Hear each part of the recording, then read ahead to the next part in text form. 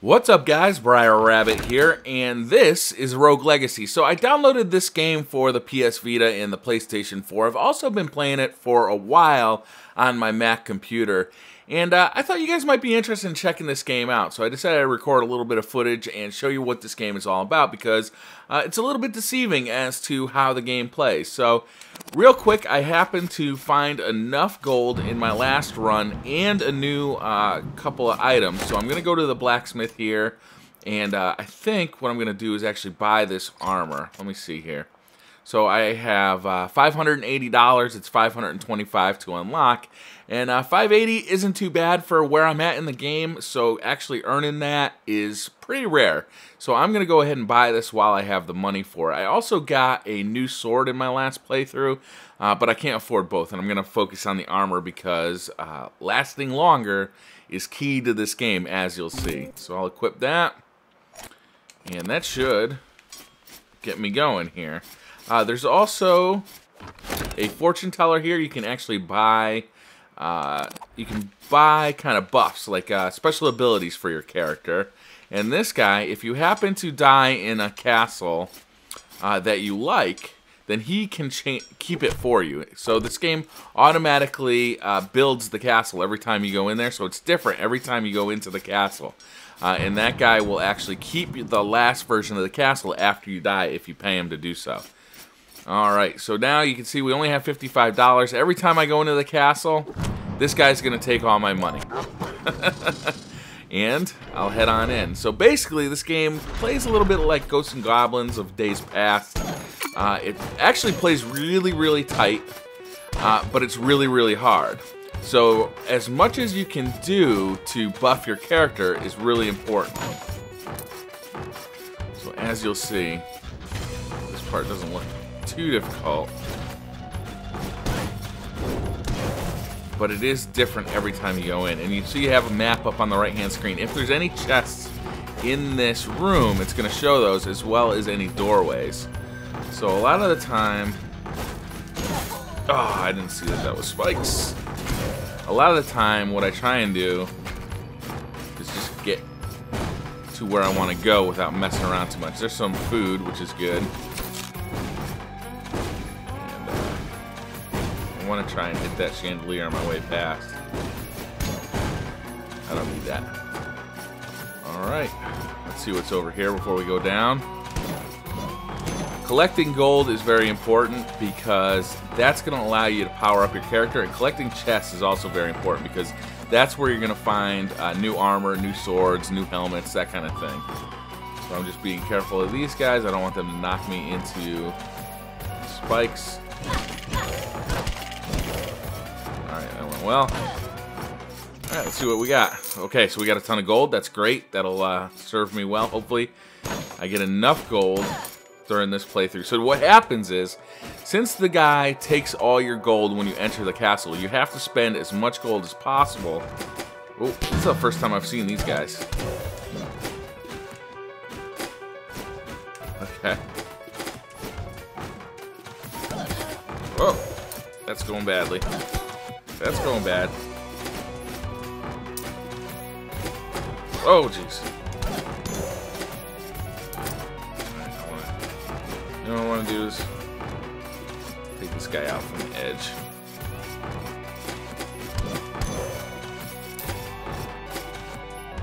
Which guy?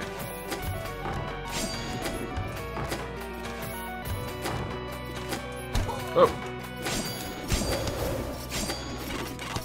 Alright, so that chest I can't get because I had to take no damage while doing that. I didn't realize that. I don't think I could have done it anyway. So as you can see, I've already down to 1/3 of my health, and I've only been playing for a couple of minutes. Now, you might think I'm unskilled, and that's probably true. As you play, you get a lot better. I have been playing this game on both the Vita and the PlayStation 4, and the nice thing is it carries over your progress from each one. So whatever progress you make on the Vita goes over your PS4, and whatever you do, you know, vice versa. Alright, we are going to try and go up to the top right.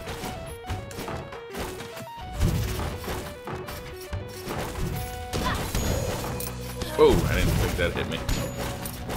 That hit me? Yeah. Alright. Just gonna shoot again. We're gonna shoot. Attack him. Ah! Very unforgiving, the mistakes. You gotta be really careful. Oh, we got a book here. Okay, so every once in a while you find these journal entries.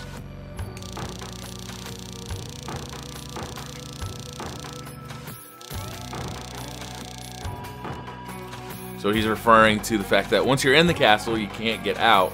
And every time you go into the castle, it's different because it's randomly generated.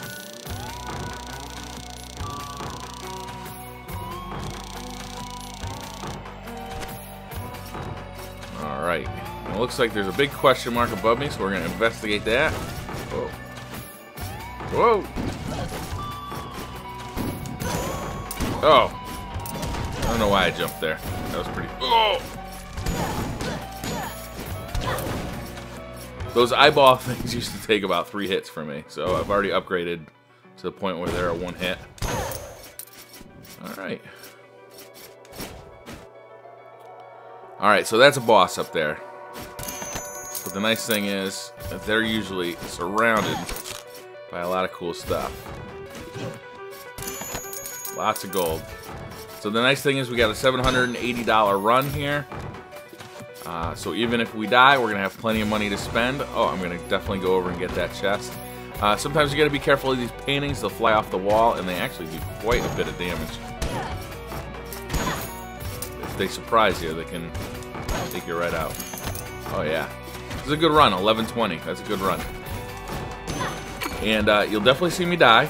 And that's basically what the game's about, right? Is that you go in, you try and collect as much loot as you can, you come out, you power up your character, and hopefully your next run will be a little bit better and a little bit better as you get more skilled at the game, and as your character gets stronger, you know, you get further and further in the dungeon. So let's see what the boss is here.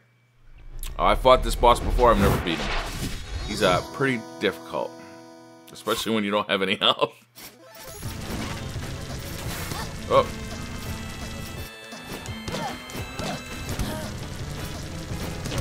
Ah, damn. Alright, you got me. So that's what the game plays like. You can see it gives you a list of all the enemies you killed. Not too many for this run, but I got a lot of loot, so that makes it okay. And you move on. So then you come to the title screen, and you choose your heir. So you're basically choosing your next character to play through. And you can see all the characters I've chosen so far. And it gives you a list of the character stats on the right-hand side. So the knave... He's gay, you're a fan of the man. Okay, that's fine. Class, a risky hero, low stats, but can land devastating critical strikes. So I find that I'm more concerned with surviving longer, so health is a big thing. I don't have the quick reflexes to not worry about my health. The chakram actually comes in handy. It's a pretty good weapon. So what do we got here? The knave, he's also gay. Oh, no. Oh, it's a she. Okay, Lady Henrietta. So she likes the ladies, but she's a dwarf. You never get to ride roller coasters. And finally, Lady Jane, the barbarian, and she's gigantic. So why don't we go with Lady Jane? I normally like the standard sized characters, to be frank. This is a barbarian. But I like the barbarians too because they got a lot of health. So we're going to go ahead and do that. If you want to see... Oh, okay, so here's your manor. And you can upgrade your manor, and that upgrades your characters.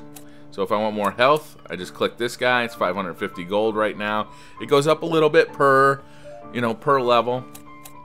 Over here we have our attack, which is good to upgrade. We actually have quite a bit of gold right now. 535, and I might be able to buy one of each of those. So we'll do that, and you'll see we're out of gold now, so I don't feel bad about going back into the castle. You see our character is much bigger now. Which is good and bad. Our attack reaches further, but it's easier to hit us, which is a bummer.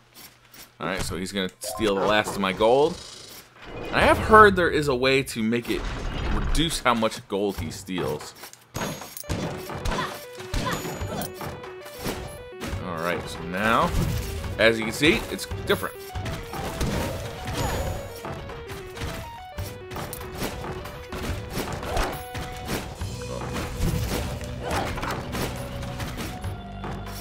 So each time I enter the castle, it's just a little bit different. Something.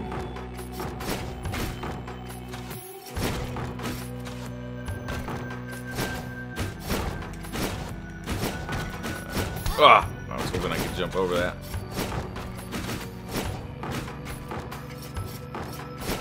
There we go. Oh, what's this? I have never seen that. Now entering the Maya. I've actually never been to this world here. I see a boss here, but we're not going to go fight the boss right away. I want to explore a little bit. But I'll take all the loot. Alright, so we got a Guardian Helm. That's great. So we'll have to buy that in town. So you got to actually earn enough money to buy that kind of stuff.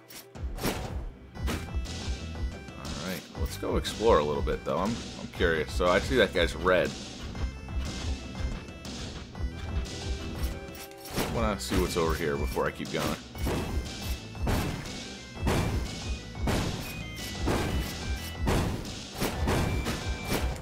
Oh boy. Oh!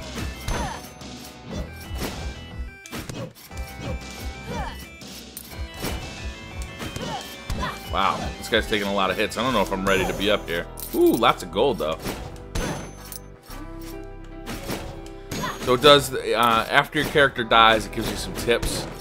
And one of the tips that I saw is that the harder the area is, the more gold you'll get. Usually these pictures are like a 2-hit for me. Oh man, I can't even get away from them. Now there's 2 of them. Alright, I didn't last too long there. Didn't last too long. But I think that gives you a gist of the gameplay. It's a really fun game.